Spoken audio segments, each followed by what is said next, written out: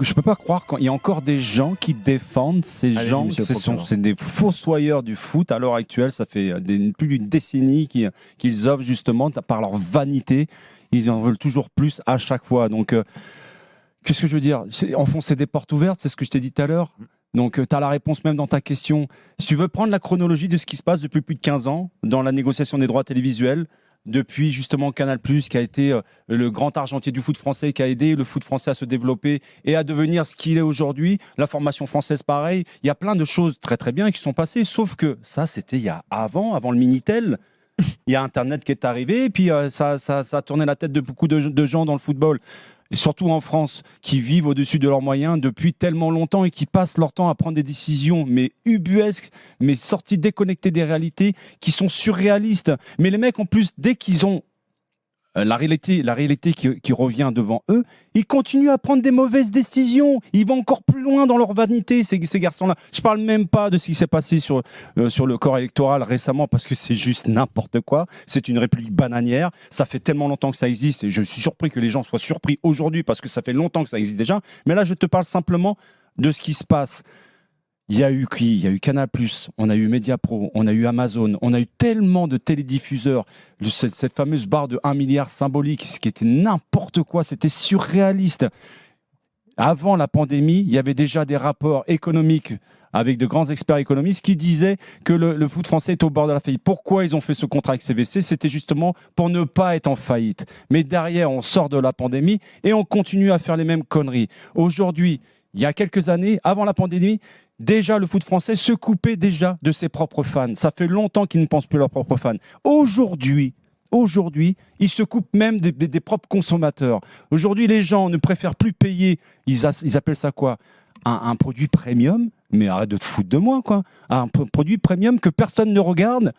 Personne ne regarde, personne ne veut dépenser de l'argent, même à 50 €. Tu vas en Angleterre, les gens sont prêts à se saigner pour regarder un produit de qualité. C'est loin d'être un produit de qualité. Donc oui, je te dis que ces gens-là sont responsables depuis 15 ans de la vanité qui les vampirise en permanence. Et ils se bouffent entre eux. Et quand tu vois ce qui s'est passé avec les élections, ce n'est que la résultante de tout ça. Ils veulent rester dans l'entre-soi entre eux et mourir ensemble. Moi, écoute-moi, je souhaite bonne chance aux nouveaux télédiffuseurs, parce qu'avec tout le piratage qu'il peut y avoir, aujourd'hui, c'est la seule idée qu'ils ont eue aujourd'hui, c'est de contrer le piratage. Alors qu'il y a plein d'idées, justement, à mettre en place depuis longtemps. Il y a des rapports qui sont sortis. Je vais simplement vous prendre une déclaration qui a été faite de l'ancien président de la Ligue professionnelle qui s'appelait Quillot. Vous vous rappelez de Quillot ? Quillot, ouais. Ah oui. Écoute-moi bien. Ouais. Lors d'une audition devant les députés il y a quelques années, l'ancien président de la Ligue de football professionnel, donc 2016-2020, donc il y a encore très récemment, Didier Quillot parlait même de croiser des chemins. C'est-à-dire qu'ils étaient arrivés, le foot français, il fallait absolument prendre les bonnes décisions après avoir pris tellement de mauvaises décisions par le passé. Mais ils continuent à prendre les mauvaises décisions. Donc ils avaient le choix entre deux décisions. Soit on prend la bonne, soit on prend la mauvaise. Tu te dis, après toutes ces années où ils font que des conneries, il y a quand même quelqu'un d'intelligent au sein des clubs professionnels ou même de la Ligue, de dire, écoutez, moi j'ai quand même une idée, on va quand même changer de cap, on va prendre les bonnes décisions. Il disait, nous sommes à un croisement. Deux chemins sont au football. D'un côté, celui de la régulation de l'apaisement, du rééquilibrage, de la reconnexion. D'un autre côté, celui de la dérégulation, de la financiarisation, de la déconnexion totale avec les fans de football. Espérons que nous ne prenions pas ce chemin. Les gars, regardez le constat aujourd'hui. On le remercie. Hein. Mais c'était le constat qu'il a fait il y a quelques années. Regarde aujourd'hui où on en est. Ouais. Donc oui, ce sont des fossoyeurs. Encore une fois, je n'ai pas d'empathie pour ces gens-là, parce qu'ils n'en ont pas pour nous. Ils n'en ont rien à foutre. Ils nous prennent pour des vaches. Les gens aujourd'hui en ont marre d'être pris dans ce contexte aujourd'hui social-économique. On en a marre d'être pris pour des cons en permanence. Alors, parole à la défense, M. Roten.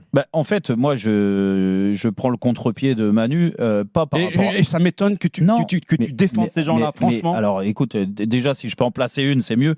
Tu as raison sur tout, Manu. Et je ne vais pas te contrer là-dessus, en fait. Parce que ces gens-là, et tu cites même des gens qui ont mis le football français dans le trou. Didier Quillot, parce que savoir, rappelle-toi de ce qu'il a fait quand il était président de la Ligue. Mais ça, peu importe, parce que ces gens-là, moi, j'ai même plus envie d'en parler. Parce que ces gens-là, je suis d'accord avec Dugas et avec toi sur le fait que ces gens-là, ils se sont appropriés le football, ils en font un business, que l'argent, mais pour moi, c'est pas eux le foot, Manu. Et c'est pour ça que je prends le contre-pied. Mais c'est qui le foot aujourd'hui ? aujourd'hui. Non, le foot. Qui représente le foot aujourd'hui? Les supporters n'ont plus la parole. Les consommateurs n'ont pas la parole. Plus personne n'a la parole sur ces gens-là. Manu, le foot, c'est toi.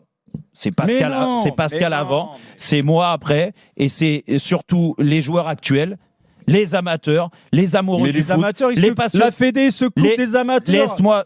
Mais attends, laisse-moi en placer une. J'aurais pu parler de la Fédé justement. À la défense. J'aurais pu parler de la Fédé aussi qui se coupe aussi. Mais je te parle pas de ces gens-là, Manu. Moi, tous ces gens qui nous dirigent se coupent de la base en permanence. Oui, mais le problème, c'est que à tenir ce discours-là et juste à rester sur ces gens qui, pour moi, n'ont rien à faire dans le football et il y en a marre de les avoir, on est d'accord, ces instances, là, les politiques, les ceci, les cela, laissez la place aux passionnés de football. Et il y en a encore. Mais ils s'en foutent royalement, c'est que des financiers maintenant dans le foot. On est là, il y a des acteurs, il y a des gamins, Pascal en parlait, des gamins malades aussi, mais des gamins qui sont fans de football.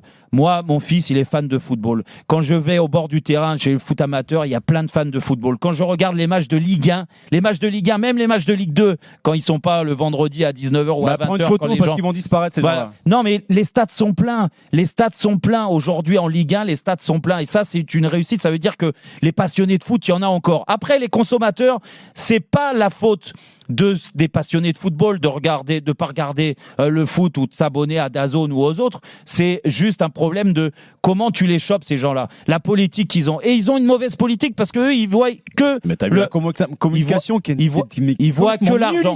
Mais moi, je défends tous les passionnés de foot et je reste persuadé que malgré tout, pour parler des joueurs professionnels, des joueurs de Ligue 1, qu'on voit pas assez, qui se livrent pas assez, mais malheureusement, et contrairement à nous, aujourd'hui, les entourages, les clubs, ils ferment les vannes. Il n'y a plus un robinet qui est ouvert.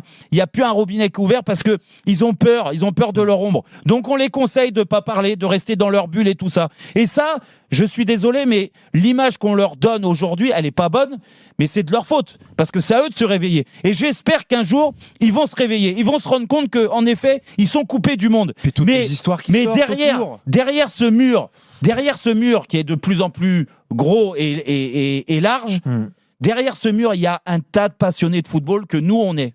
Oui, voilà. mais donc j'espère juste ils ont perdu patience, ces gens-là. Non, mais j'espère que tu vas voir les footballeurs parce que ça va continuer comme ça. Et je finis là-dessus. Je pense que c'est le moment pour les footeux de se réveiller, de tous les passionnés, parce qu'aujourd'hui, l'impact sur eux, c'est une baisse de salaire déjà. Alors qu'il y a des gens qui, comme tu l'as dit, des businessmen qui eux s'enrichissent. Alors que les footballeurs, on va leur baisser leur salaire. Et réveillez-vous. En tout cas, nous, on est là pour vous aider. Monsieur le juge, Olmet, qui remporte ce procès? Bon, pour commencer, je vais dire Manu, vite fait.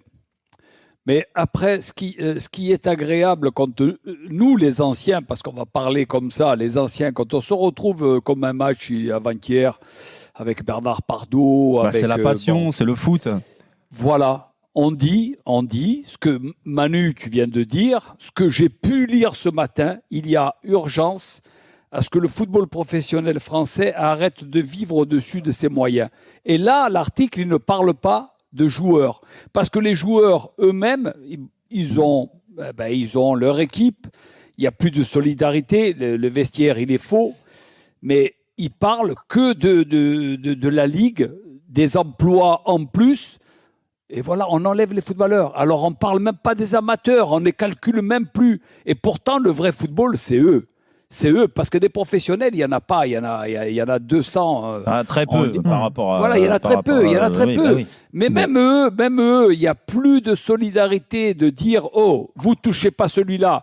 Oh, président, vous croyez où? C'est normal, parce que de toute façon, le syndicat des joueurs, l'UNFP, c'est les premiers à partir dans cette guerre avec... Anthony Lopez à Lyon, si tu as des couilles dans le vestiaire, tu remets les choses en place. Un mec comme lui qui a fait gagner Lyon pendant des mois, des années, ça se fait pas. Ça se fait pas, Jérôme. En tout cas, victoire de Manu demande à l'UNFP, à tes amis de l'UNFP, ce qu'ils ont fait pour lui. Pas d'amis. Toutes les histoires qu'il y a à l'heure actuelle. Parce qu'ils se croquent, ils croquent partout. J'ai même pas envie d'évoquer ce qui se passe entre le PSG et Kylian Mbappé, mais pour le commun des mortels. Mais l'image est désastreuse. Je veux dire, on a eu la FIFA, on a tellement. Puis même le spectacle, il est nul aujourd'hui. Non, mais t'as raison. Mais les gars, réveillez-vous, vous êtes en train de tuer le foot.